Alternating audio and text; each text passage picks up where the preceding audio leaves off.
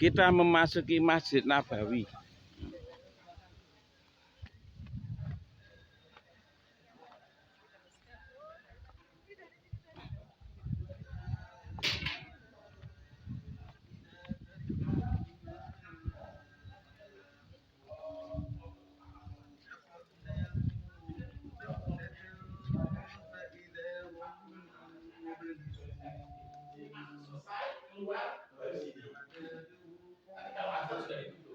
Yang putri itu biasanya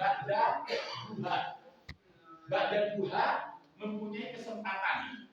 Kesempatan itu pakai tasrif juga itu mempunyai kesempatan masuk. Ada kalanya yang putri itu ba'da subuh itu biasanya ada tur tidak masuk raudhah, tapi hanya tur di belakang raudhah. Diperbolehkan masuk ke depan, tapi hanya tur saja itu keluar. Dan orang-orang menganggapnya itu sudah masuk raudhah. Padahal masuk raudhah itu sekarang hanya masuk satu pintu. Dan itu harus melalui aplikasi. Kalau yang mau 2 kali maka gunakan Zoom. Nanti biasanya dari kementerian akan memberikan nomor visa dan juga nomor paspor. Nanti hanya masukin itu, nanti kita akan memilih waktunya kapan. Misalnya,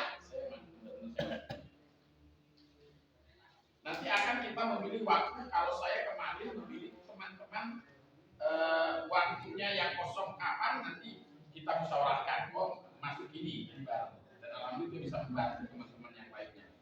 Nah, ini jadwal nusuk. Yang hijau itu berarti kosong. Kita pilih saja hijau. Nanti kalau hijau, misalnya kita pilih hijau, ada jam-jamnya yang diperbolehkan.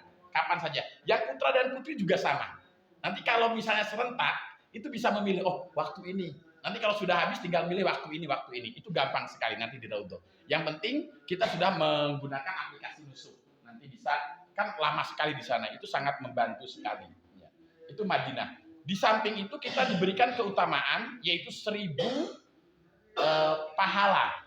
Para ulama menyebutkan bukan hanya pahala sholat saja, pahala kebaikan yang tertuang di Madinah itu akan dikalikan 1000. Ya. Maka biasanya paling nyaman untuk berinfak atau wakaf Al-Quran itu di Madinah. Ya. Nanti panjenengan akan mengunjungi percetakan Al-Quran. Di sana nanti dijual Al-Quran. Hati-hati. Di Madinah atau Mekah ada 3 percetakan. Biasanya Pakistani, Makki, dan Madinah. Yang diterima di Madinah dan di Mekah itu hanya percetakan Madinah. Berbeda.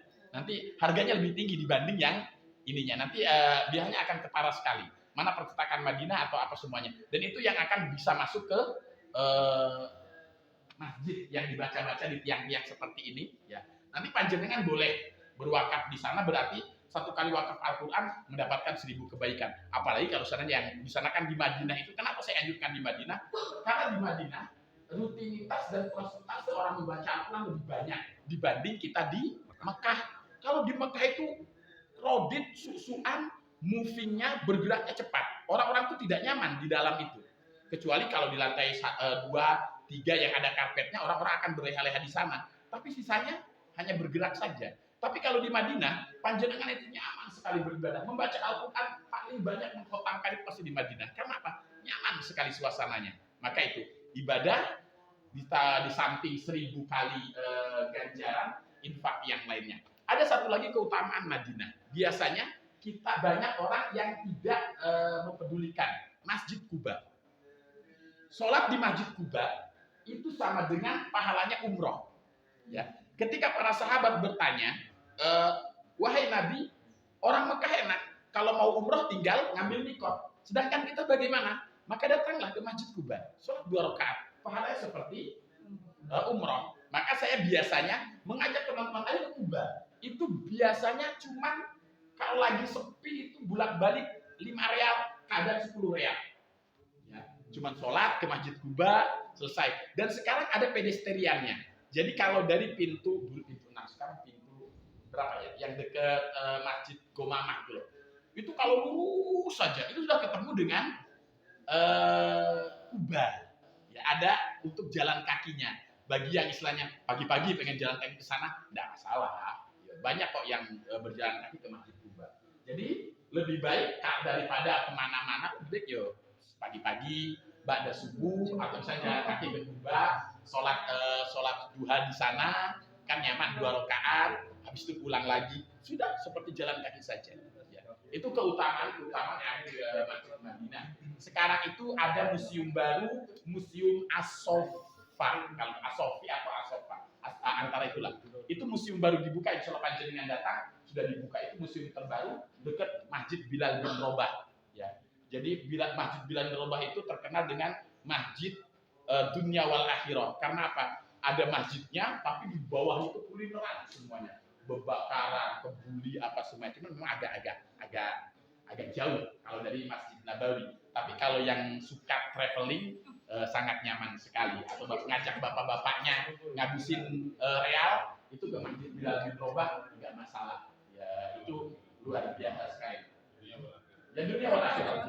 Ada masjidnya, ada makanannya dan apa semuanya. Di sampingnya itu ada Museum As-Sofa. Dan itu museum terbaru yang kemarin saya ke sana Desember belum jadi, ya.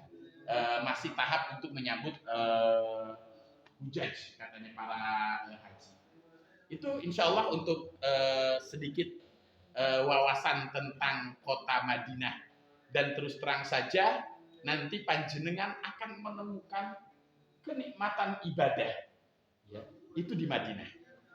Tapi kalau pahala yang banyak di Mekah, kenapa pahala yang banyak di Mekah? Banyak orang yang tidak senang di sana. Karena jauh, terus juga tidak nyaman, mau sholat. Ya, kalau di umrah mungkin tidak ketemu orang Nigeria apa semuanya. Kalau haji itu ketemu sudah orang ke Nigeria, jenengan barusan duduk depannya sudah Nigeria. Aduh, sudah tidak nyaman. Makanya pahalanya tinggi, dikarenakan apa? Banyak orang yang tidak senang untuk berlama-lama di Masjidil Haram. Tapi di Masjid Nabawi, Masya Allah, jenengan nyaman. Bahkan saat kemarin jamaah saya itu yang sepuh-sepuh itu sudah notes, tolong tidak dijemput. Jadi seharian hanya di Masjid Madinah. Pagi-pagi kita nyetorkan makanan, nanti kayak gitu aja. Karena kan sudah males pulang ke ini. Di samping memang panasnya rajama. Kalau di Masjid Nabawi tenang atau juga dingin.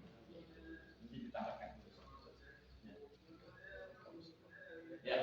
Untuk makam Rasulullah, ya makam Rasulullah warnanya hijau, ya warnanya hijau hampir seperti ini, ya. Jadi nanti tanda raudhah itu akhirnya ya tanda hijau ini, ya.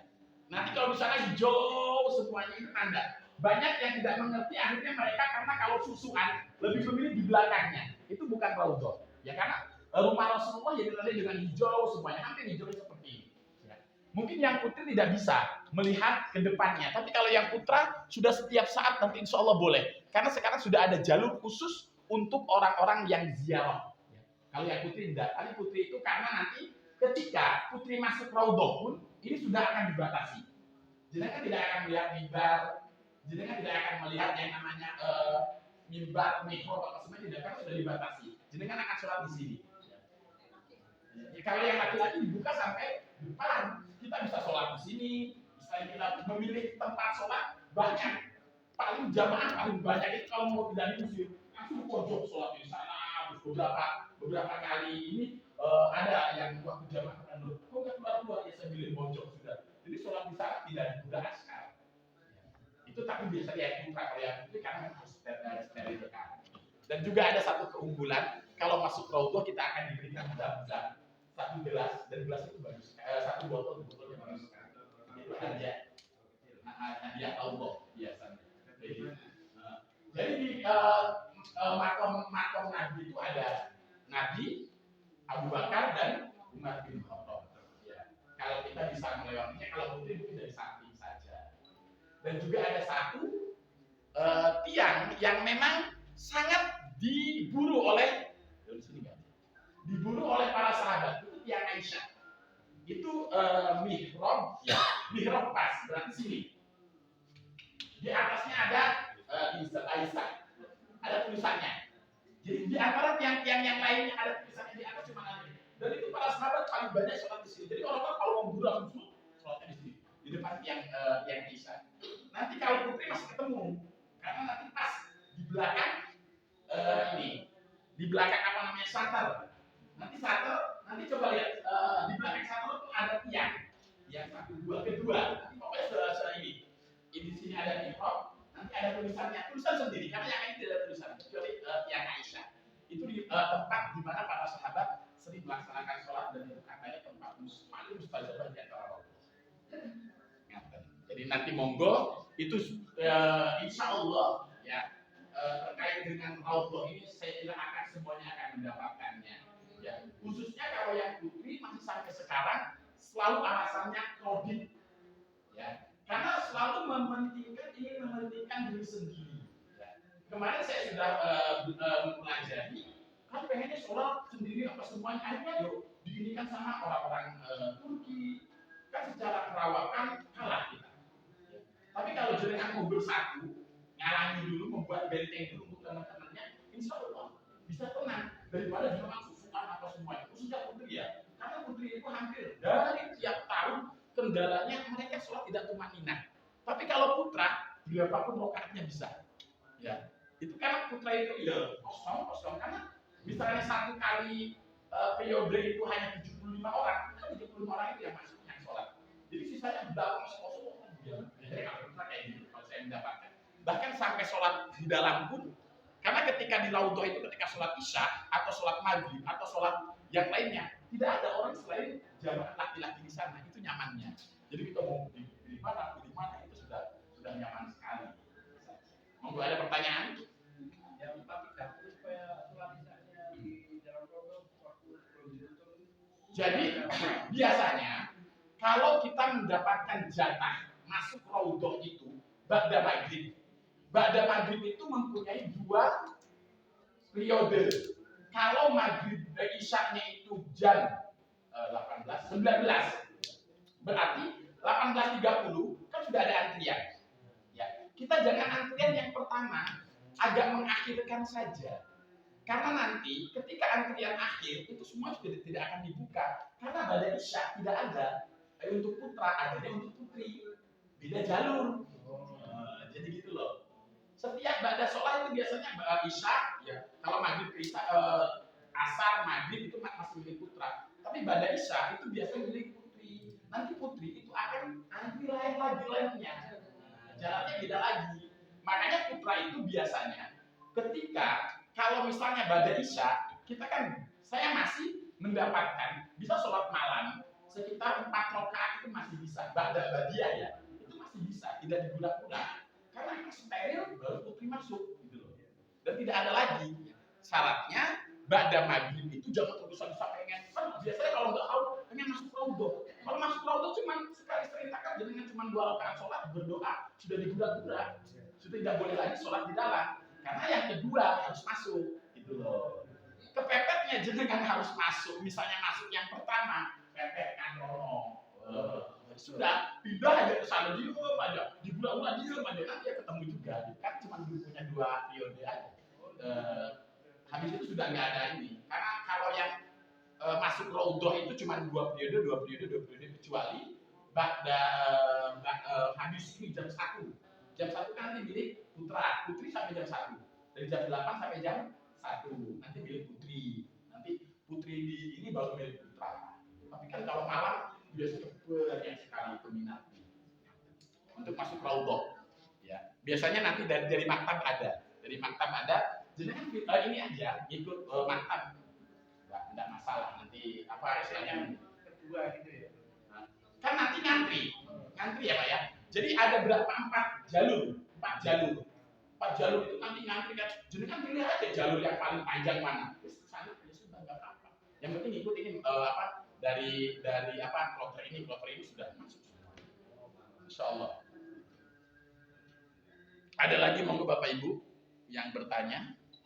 Banyak. Kalau yang ke Masjid Al-Aqsa tadi. Al-Aqsa Palestina mahal. Atau biar Karena dari Madinah ke Kuba itu berapa? Kalau kita pakai taksi, aslinya tidak nyampe 5 menit Pak. Dekat sekali, cuman gitu loh. Ya, kalau mau jalan kaki tidak nyampe 15 menit. 10 menitan lah. Ya, tapi jangan siang-siang Pak. Kalau pagi, misalnya Ba'da Isya itu Masjid Kuba itu sudah sebagai pusat kuliner sekarang itu. Sudah banyak taman-tamannya, nyaman, apa semuanya. Kalau jenengan mau, ya. di belakang Jabal Uhud pun sekarang itu sudah menjadi kuliner Indonesia seluruhnya. Dengan nyari apapun di belakang Jabal Uhud. Di belakang Jabal Uhud itu pintu 328 atau 330, 332. Lurus saja nanti kena. Kalau mau jalan kaki, terkadang kita akan wah ini gimana. Tapi kalau explore nggak apa-apa Pak. Wong 8 hari di sana, masa kita tidak mau explore gitu loh. Hanya ke Kuba jalan-jalan, dekat sekali jalan-jalan. Terus sekarang sudah nyaman sekali. Fasilitasnya sudah difasilitasi bagus gitu loh. Masjid Bomama saja, masjid dulu Masjid Bomama, Masjid Abu Bakar, Masjid Ali itu jelek sekali. Sekarang sudah bagus sekali. Apalagi orang-orang yang senang foto, misalnya itu kerjaan bikin foto-foto semua, sudah sangat estetik untuk apa orang-orang yang senang untuk foto itu sudah sangat bagus. Monggo. Ada lagi? Makam bagi. Ya? Makam bagi. Oh makam bagi, ya. Makam bagi, ya. Insya Allah di samping kiri, kalau kita berbicara kiri karena ininya, di samping kiri Masjid Nabawi itu ada makam bagi. Makam bagi ini sekarang sudah tertata rapi dan luar biasa. Ya. Biasanya ba'da setiap sholat makam bagi itu dibuka untuk laki-laki, perempuan tidak. Ya. Jadi yang laki-laki pengen melihat gimana sih prosesi penguburan, gimana sih makam di makam bagi itu bisa langsung masuk. Ya. Atau misalnya jenengan pengen mengantarkan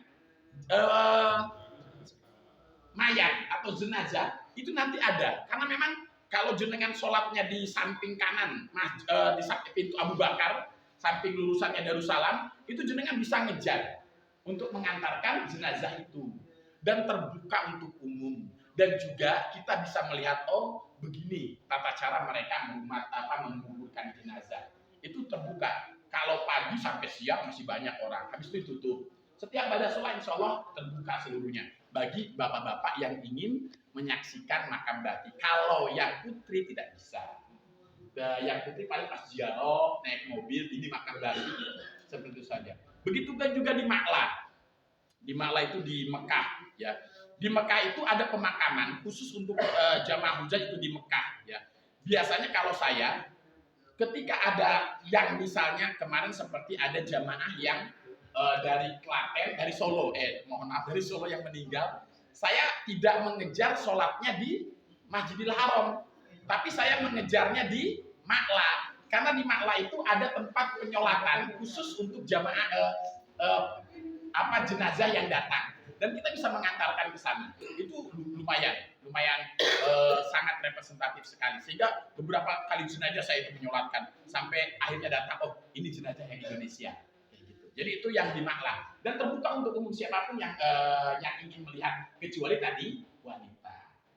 Itu juga ada di Roya, di Saroya dengan di Makla kalau yang di Mekah.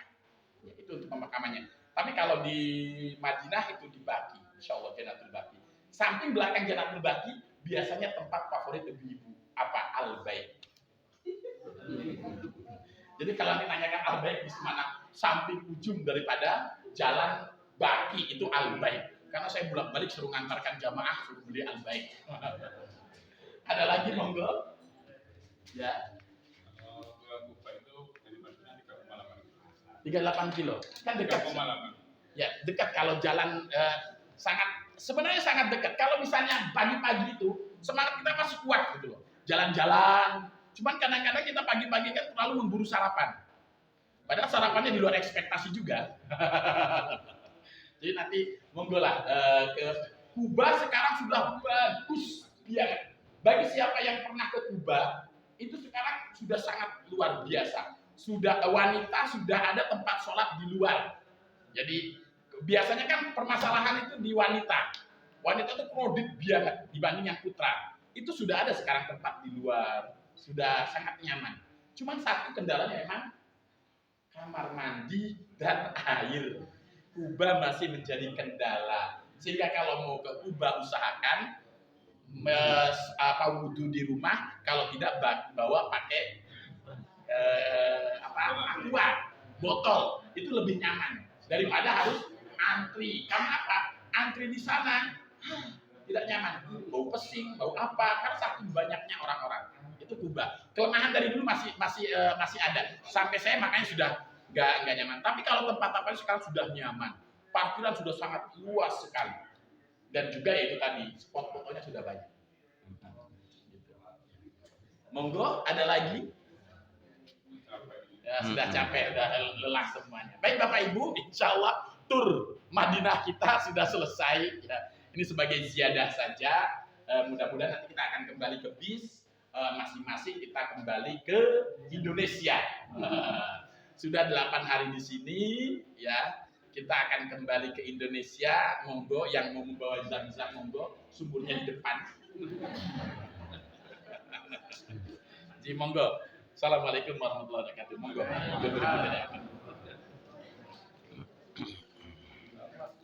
Kita ke Bandara Madinah dan ke Indonesia.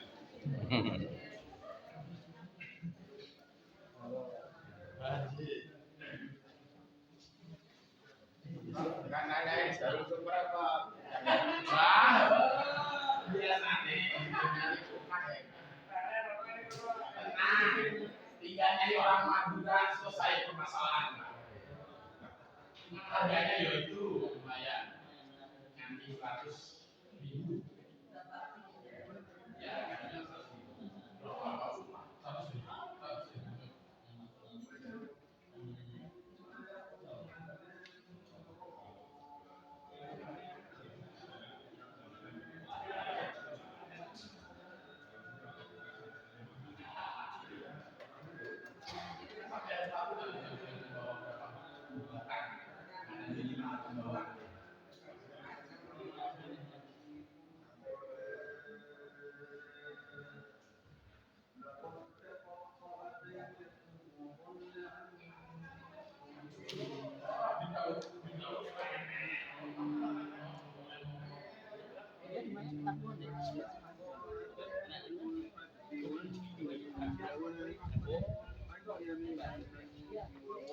Thank you.